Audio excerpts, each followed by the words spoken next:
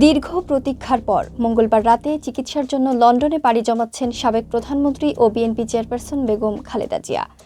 রাত 10টায় ঢাকার হজরত শাহজালাল আন্তর্জাতিক বিমানবন্দর থেকে লন্ডনের উদ্দেশ্যে রওনা করবেন তিনি। বুধবার বাংলাদেশ সময় সকাল 10টায় যুক্তরাজ্যের হিথ্রো বিমানবন্দরে তাকে বহনকারী এয়ার অ্যাম্বুলেন্সটি অবতরণ করবে। সেখানে ভিআইপি প্রোটোকল পাবেন তিনি। খালেদা জিয়ার ব্যক্তিগত চিকিৎসক ও দলের স্থায়ী কমিটির সদস্য ডাক্তার AZM জাহিদ হোসেন জানান, লন্ডন ক্লিনিক বলে একটা পুরনো ঐতিহ্যবাহী হাসপাতাল আছে। সেই হাসপাতালের NHS এর অধীনের একটি হাসপাতালে তাকে ভর্তি করা হবে।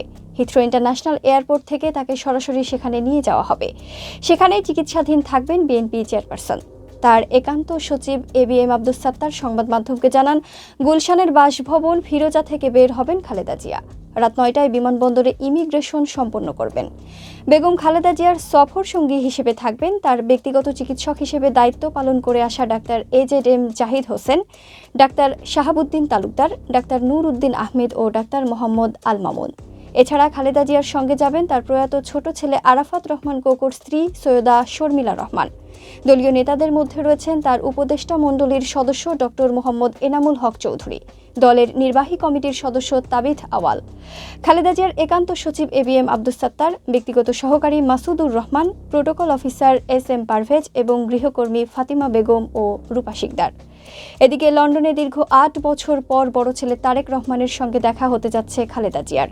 এর আগে 2016 সালে সর্বশেষ ছেলেকে সশরীরে সামনে পেয়েছিলেন মা খালেদা জিয়া। ওই বছর 9 সেপ্টেম্বর সৌদি আরবের রাজকীয় আমন্ত্রণে সপরিবারে ওমরা পালন করেছিলেন তারা। এরপর 8 বছর কেটে গেছে। এই সময়ের মধ্যে আর কখনো তারেক রহমানের সঙ্গে দেখা হয়নি খালেদা জিয়ার। আওয়ামী লীগ সরকারের সময়ে বিদেশে উন্নত চিকিৎসার সুযোগও পাননি বিএনপি চেয়ারপারসন। ফলে এই 8 বছরে দেশের বাইরে কোথাও যাওয়া হয়নি তার। গত 5 আগস্ট শেখ হাসিনা সরকারের পতনের পরের দিন খালেদা জিয়াকে নির্বাহী আদেশে মুক্তি দেওয়া হয়। আওয়ামী লীগ সরকারের সময় দুর্নীতির 2 মামলায় তাকে কারাদণ্ড দেওয়া হয়েছিল। তিনি 2 বছরের বেশি সময় ধরে কারাবন্দী ছিলেন।